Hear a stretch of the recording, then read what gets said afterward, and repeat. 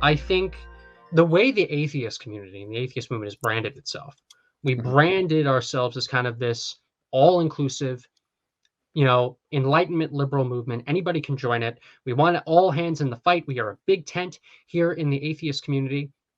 We're But the then, Brights.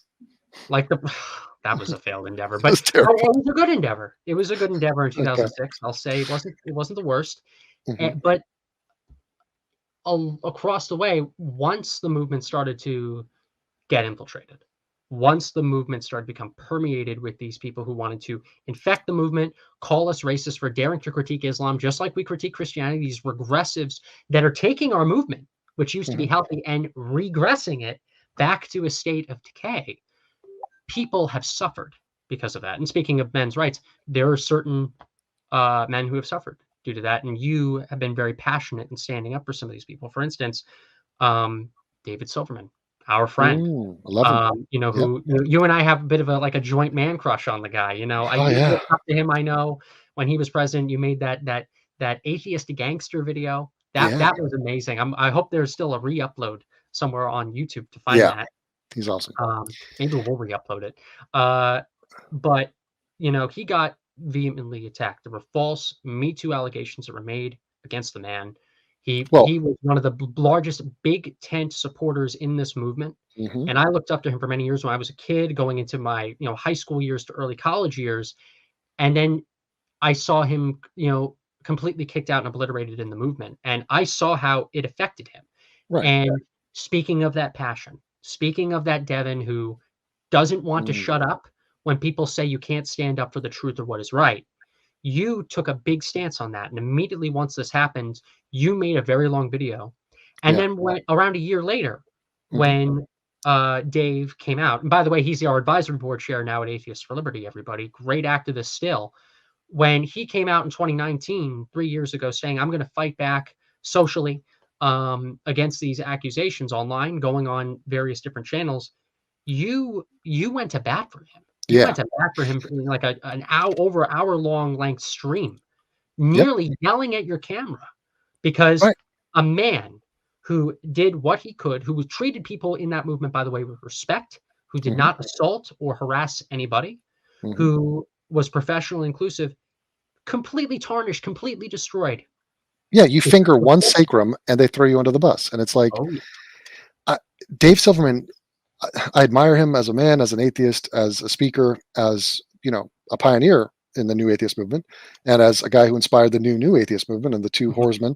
But like the guy got railroaded. But here's my thing.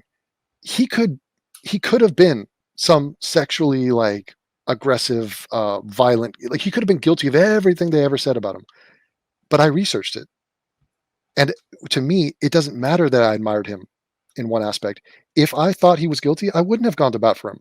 Yeah. Because something has to matter beyond, I don't know, just your personal preferences and just your special pleading. And like, people are just so freaking shallow to just bend and have no integrity whatsoever, no principles.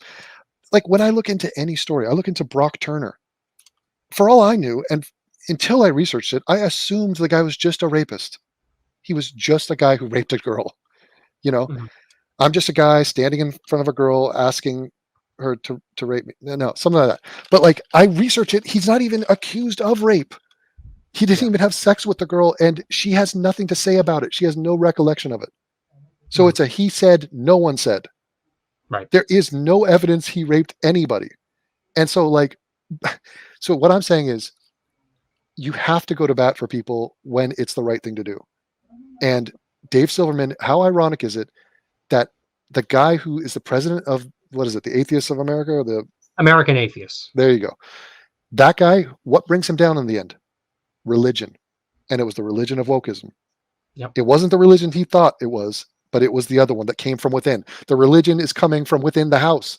And the people who hated his firebrand atheism, they hated how militant he was, how fiery he was. And who were the people that took him down? The diplomatic, soft, we can't say the word atheist. We have to be social justice humanists. And you know what? You know what else? And this happened on Atheist Experience too. It's again this sort of game of musical chairs where they'll claim that I'm going to go after Atheist Experience and Dave Silverman for reasons, for he touched me or he's whatever. Me too, this dude.